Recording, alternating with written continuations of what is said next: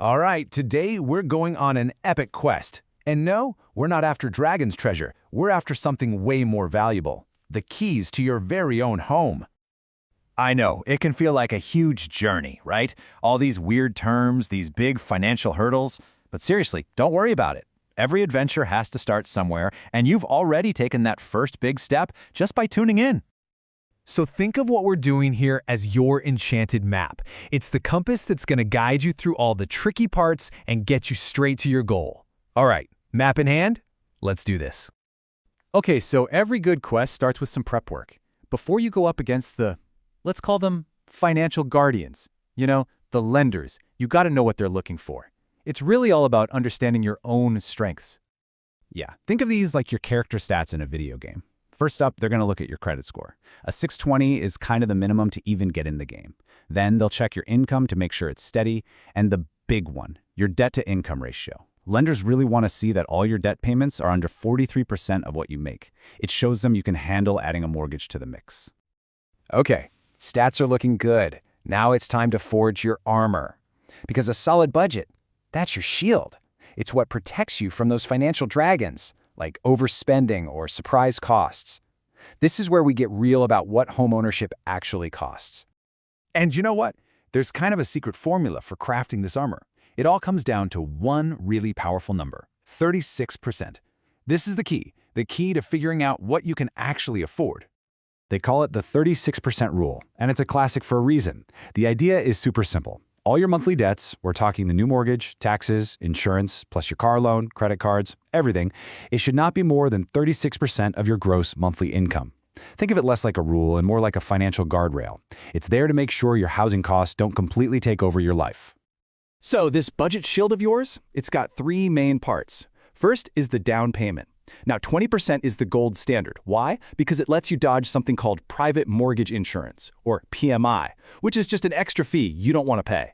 Second, you've got closing costs. These are all the fees to finalize the loan, so plan on about 2 to 5% of the home's price for those. And finally, your emergency fund. Seriously, you need 3 to 6 months of living expenses saved up, just in case, life happens. And you got to remember, the quest doesn't stop the second you get the keys. Your mortgage payment is just one piece of the puzzle. You've also got property taxes, and those can be thousands a year, plus homeowner's insurance. Oh, and please, don't forget about maintenance. A really good rule of thumb is to budget 1 to 2% of your home's value every single year just for repairs. Trust me, planning for that stuff now will save you so much stress down the road. All right, your financial armor is polished and ready. Now it's time to choose your path, because there's not just one way to get to homeownership. Let's look at the main routes you can take. So, the two main paths you'll see are fixed rate and adjustable rate. Think of the fixed rate as the stable path. Your interest rate gets locked in for the whole loan, so your payment is predictable. Never changes, it's all about peace of mind. Then you have the adjustable rate mortgage, or an ARM. This is the more flexible path. You start with a lower rate, which is great for your initial payments. But, and this is a big but, after a set time, that rate adjusts with the market, meaning your payments could go up. Big risk, potential reward. But wait, there's more. Beyond those two main paths, there are some special routes, kind of like side quests for certain adventurers. We're talking about government-backed loans that can make this whole thing way easier. You've got FHA loans, which are awesome for first-time buyers, letting you put down as little as 3.5%.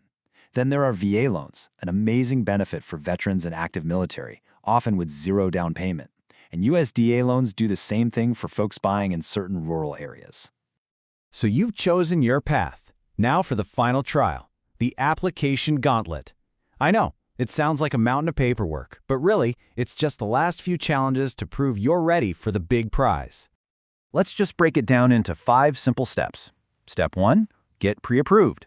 This shows sellers you're for real. Step 2, shop around and pick a lender you like. Step 3, submit that formal application with all your paperwork.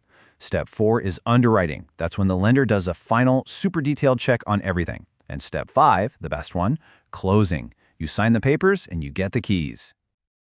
Okay, listen up, because this is probably the most critical piece of advice for this stage. I'm serious. The number one rule is do not make any big purchases. Don't open new credit cards, don't change jobs, do nothing while your loan is in underwriting. Your finances are literally under a microscope. Buying a new car right before closing could actually kill the whole deal. Just be patient, it's so important. And just like that, you did it. Quest completed. The keys are in your hand. But hey, the adventure is far from over. Now you get to rule your new kingdom, and that means being a smart ruler. It's all about smart financial management from here on out.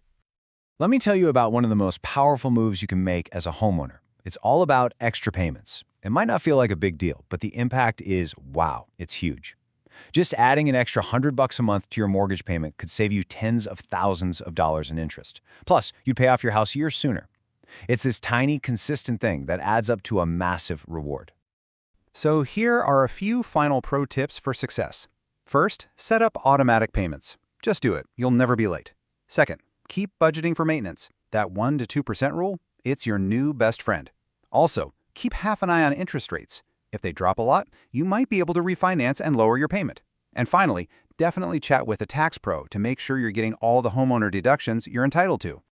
So there you have it. You navigated the map, you forged the armor, you claimed your castle. This whole quest was about financing a home, sure, but the real adventure, that's the life you're going to build inside those walls.